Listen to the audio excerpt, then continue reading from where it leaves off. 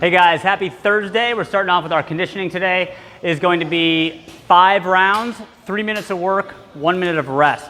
You're gonna have 3 minutes to do 200-meter run, 50-foot handstand walk, and your score is how many double unders you can do with the remaining time. We'll rest 1 minute between rounds and do that 5 times. All right, so run, pretty straightforward. Handstand walk for 50 feet, okay? This shouldn't take you more than a minute, okay? You wanna have some time to do double unders, so you can always scale the distance. Okay, some basic scaling options here. So one is to just work in a plank position and do 50 shoulder taps. Okay, 25 each arm, keeping your body nice and rigid. From there, you can do handstand shoulder taps. So this is easier if you face the wall. Okay, so you can step up, stay in your comfort zone here. The closer you get to the wall, the harder this will be. But here, you just do 30 shoulder taps. Okay. You can also just practice your handstand walking to the wall. So one thing you can do is just take about a minute and practice kicking up and trying to walk to the wall. Okay? And just practicing something like that just to get used to the movement. All right, it's going to finish off with the double under. Double under. Max effort here. So you'll have the remaining time. Always focus on the nice tall chest. Okay? If you're just learning, look at my arm position. Okay, I'm letting my wrists drive the rope. As you get better, you can work in some doubles, like that.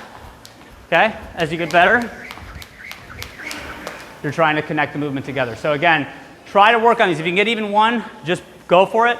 Call these struggle unders, and you will get better over time. Just make sure your arms aren't out here. Right, keep elbows back and down. Use your wrists to drive a nice vertical torso. Right, so that's our conditioning, guys. Let's talk about the finisher today.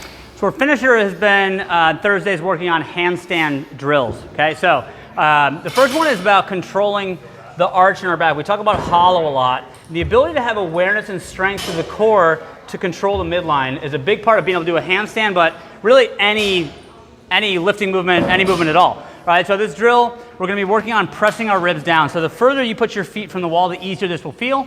We're gonna change our hand position. And so what we're going to do is hold for 1 minute.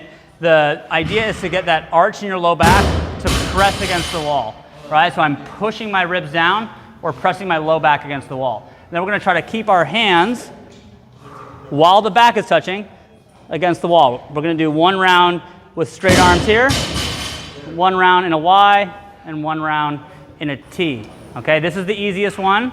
This is the hardest one, okay? But again, main thing is try to find a spot where you can feel your low back touching the wall and just hold for 1 minute with straight arms. It looks really simple, but it's surprisingly hard. It's a core exercise, all right? So from there, that's strengthening our core. 2 handstand drills.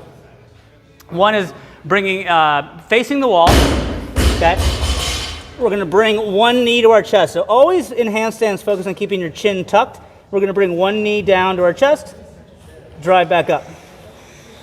3 to 5 each side. Okay, the closer I get to the wall, the harder that's going to be.